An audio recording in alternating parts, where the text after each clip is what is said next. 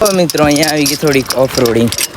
જો ગામડામાં આય હાય સાયકલ જાય નહીં એવો રસ્તો થઈ ગયો છે એકદમ. પણ જવાનું છે આપણે ઠીક ત્યાં સુધી. જો એક જાનવર પણ દેખાય છે અહીંયાથી આપણને ત્યાં, તો ત્યાં સુધી જઈએ આગળ અને બ્લોગ બનાવતા આય હાય હાય કાંકરા છે બધા, એટલે સાયકલ થોડી ચલાવવાની મુશ્કેલી પડે છે પણ મજા આવે છે. જુઓ ગામડાનું વાતાવરણ સાંજના પડી છે એવું લાગે છે બ્લોગના ચક્કરમાં આજે. અને જોઈએ બ્લોગ બનાવવા આવ્યો છું. બ્લોગના ચક્કરમાં આજે જો એક મોટું જાનવર ભેગાઈ ગયું. એટલું બધું એ ભયંકર તો નથી પણ મને જોઈને બીક લાગે છે, પણ એ મને જોઈને ભાગે છે.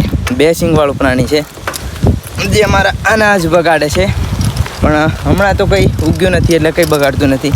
હું ફરવા આવ્યો છું બ્લોગ બનાવવા માટે ને એ મને ભેગાઈ ગયું. અરે યાર ટેકરો આવી ગયો મિત્રો.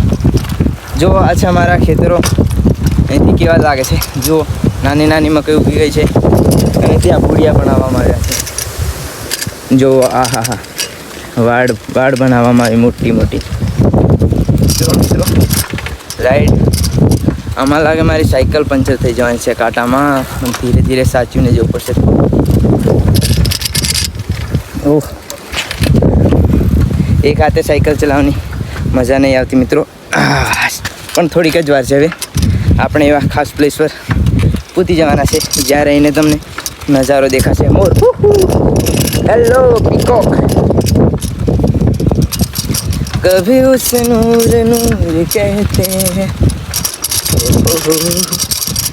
અને મિત્રો સબસ્ક્રાઈબ કરી લીજો ચેનલને આપણો વ્લોગ જોવા માટે. કાંટા છે પણ નાના કાંટા છે ને ટાયર થોડા મોટા છે એટલે નુકસાન નહીં આવે. જો અહીં ગામડું કેટલું મસ્ત લાગે આગળ. गिर जाता शायद एक बार तो आज गिरूंगा ही ऐसा लगता है, बट थोड़ा ध्यान से चलाना पड़ेगा. ત્યાં જવું છે મારે. સાયકલ અહીંયા ઊભી રાખીશું કારણ કે ત્યાં આપણી સાયકલ જાય એમ નથી. રસ્તામાં નહીં ઊભી રાખી, થોડી આ સાઈડ ઊભી રાખીશું. રાણી બાય, મળે થોડી વાર પછી. હા હા સામને નજારો અને આપણા ખેતરો અને એક બાજુ છે આપણી રાણી. અને યાર અમુક વાર તો એવું લાગે જીવનમાં કરવાનું શું, અને અમુક વાર એવું થાય કે જીવનમાં કરવા માટે ઘણું બધું છે. જિંદગીમાં કંઈક કરવું પડશે, હાસિલ કરવું પડશે મિત્રો. કારણ કે આમ બેસી રહેવાથી કંઈ ના થાય. તો હું પણ ઘરે બેસીને કંટાળી જાઉં છું. અમુક વાર તો એટલા ઊંડા વિચારોમાં જતો રહું છું કે એવું લાગે છે કે હું કંઈ કરી નથી રહ્યો. આજે 10,000ની ફેમિલી થઈ ગઈ છે મારી ઇન્સ્ટાગ્રામમાં દેવલોલ કોમેડી પર, પણ તોય છતાં એટલો બધો આનંદ નથી. છે થોડુંક, અને ધન્યવાદ એમનો છે, એમને મને સપોર્ટ કર્યો. પણ હવે હું એક મોટું સ્ટાર્ટ કરવા જઈ રહ્યો છું. મારે એક ખૂબ આગળ વધુ છે. જનાવરા તો એટલા બધા નથી, ઊંડા આવી જાય છે મિત્રો ખેતરમાં. શિયાળામાં વધારે આવી જાય. બેસીએ કેવો મસ્ત છાંયો છે, જુઓ ઝાડનો. પ્રકૃતિ આપણને બધું આપી રહી છે, બસ આપણે એને ઇસ્તેમાલ અને જરૂરિયાત પ્રમાણે વાપરવી જોઈએ. બાકી તો બધું આપી, કારણ કે રિલેક્સ થવું હોય તો આ હા હા હા હા આ જે આનંદ મળે ક્યાંય ના મળે બીજે. ઘરે તો એક કંકાસ ચાલ્યા કરતો હોય, આમ થાય તેમ થાય.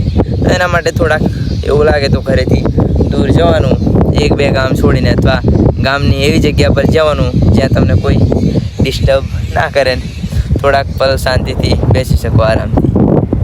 હા હા ઉનાળામાં આવીએ તો આ બધું સુકાયેલું હોય ને હમણાં જુઓ એકદમ લીલુંછમ ચારે મેં. જો પવન પણ જોરદાર આવે. આ ઝાડ, આપણી બાઇસિકલ, જોરદાર વ્યૂ જોવા મળે. ને શિયાળામાં આવો તો અહીં ખાવાનું વધારે મળી જાય. બધા વાડામાં ચીબડા વાવેલા હોય, બધું વાવેલું હોય. તો હરેક ઋતુમાં અલગ અલગ બધી ઋતુની મજા છે. જો પવન આવે.